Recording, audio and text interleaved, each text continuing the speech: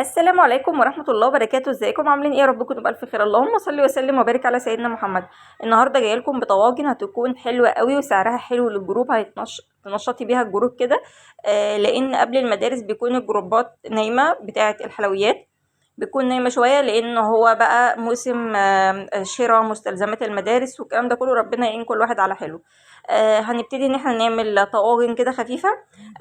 انا الطواجن دي عملتها، يعني جات لي الفكره او طلبت مني بعد ما عملت التورتايه بتاعت الفيديو اللي قبل اللي فات، وقلت لكم ان انا عملت ب 250 جرام تورتايه مقاس 22 وكب، تمام، او طاجن.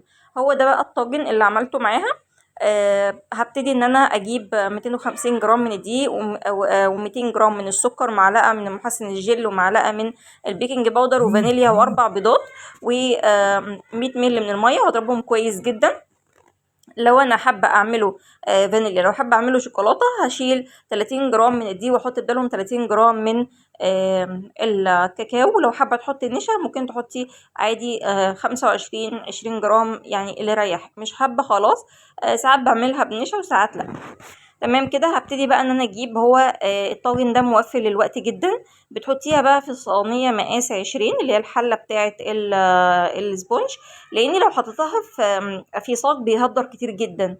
السبونج احسن، يعني انت هتقطعي كده بالطرنش بتاع الكيكه، او بالمنشار اللي هو بيبقى فيه ارقام ده.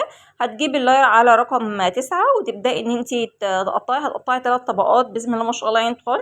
وطبقه تاني اخيره هتكون سمكها رفيع بس هتمشي وهتقضي الغرض. هتعملي منهم 4 طواجن، تمام. الكيكه دي هتعملي منهم 4 طواجن، ما فيهاش اي مجهود خالص.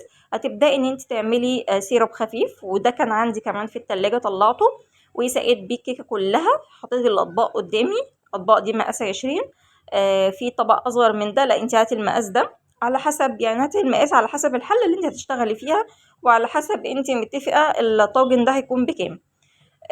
جبت بقى 50 جرام من الكريم شانتيه و50 جرام من موس الشوكولاته، وهبتدي ان انا اضربهم مع بعض. هيكفوا لي الاربع طواجن دول بالظبط. كل طاجن هياخد معلقتين كده كبار، ومن غير كيس بقى حلواني ولا اي حاجه. بس انا قلت بعد كده يفضل احط ال100 جرام هتكون كريم شانتيه، هيكون نفس التكلفة بالظبط.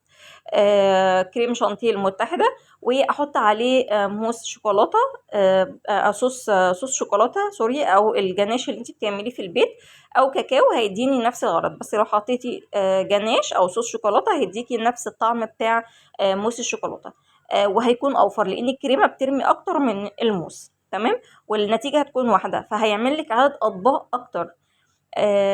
هنبتدي بقى ان احنا كل معلقه فيها كل طاجن فيه معلقتين، وهبتدي بالاسباتيولا وافرد الكريمه بتاعتي بمنتهى السهوله. لما طلعت الطاجن اللي هو مع تورتيه ده فوري، بدأ ان هو يطلب مني الطاجن لانه سعره حلو جدا بالنسبه للفتره اللي احنا فيها ديت. فابدأي ان انت اعمليه على الجروب او خدي سكرين شوت للطاجن ده واعرضيه عندك على الجروب. ابدأي ان انت اعمليه، سهل جدا. هو كيك اسبونج مش فادي خالص، كيك اسبونج. لان الفادي بيكون تكلفته اعلى. اسبونج. وابدأي بقى ان انت كمان لو انت حابه تعمليه اقتصادي على حسب سعره. انا دلوقتي جبت صوص الشوكولاته او الجناش، كان عندي برضو جناش جبته، وبدأت ان انا اعمل خطوط بس على الكريمه، يعني محطتش ولا نوتيلا غرقت الطبق ولا حطيت صوص شوكولاته ولا اي حاجه. وبالعكس كده طعمه جميل جدا والسكر بتاعه هادي قوي. وما كلفنيش كتير. انا هعمل بس خطوط كده وابدا ان انا اروح واجي بيها بالسكينه زي انتم ما عارفين كده، او عصايه الشيش طاووق، تمام. عندي شوكولاته بيضه مبشوره، بدات ان انا احط كده على اطراف الطاجن. وكمان كان عندي مكسرات برضو بالسكينه كده، كسرتها بالسكينه، مش مفروم قوي ومش خشن قوي، يعني وسط كده بالسكينه. وبدات ان انا احطها على برضو اطراف الطاجن مع الشوكولاته البيضاء. الطاجن بصراحه لذيذ، كان طعمه لذيذ جدا وعجب الحمد لله كل اللي خده.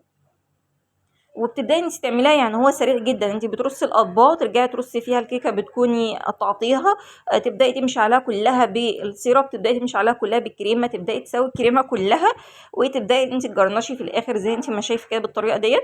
عندك كريسبي البني او الابيض او اي حاجه، او عندك توت اللي هو الكاندي، ممكن تحط في نص الطاجن. انا حطيت واحده اوريو وفتحتها كده ايه شويه، بحيث ان هي ايه الشوكولاته البيضه اللي فيها او الكريمه البيضه اللي فيها تنطق شكل الطبق. تمام. زي انتم ما شايفين كده، بصوا تحفه جدا. انا عملتها فتحتها بالشكل كده، بينت الكريمه اللي فيها بحيث ان هي بتدي يعني بتنور شكل الطبق كده، سبحان الله. هتبتدي بقى ان انت اعملي خدي سكرين شوت للطواجن دي واعرضيها عندك في الجروب. تحفه جدا ومكسبها حلو قوي وما بتاخدش معاكي وقت. انت هتعملي السبونج من بالليل قبلها بيوم وتسيبيه طول الليل عادي، تقومي الصبح براحتك تبداي ان انت تقفلي الطواجن دي في نص ساعه.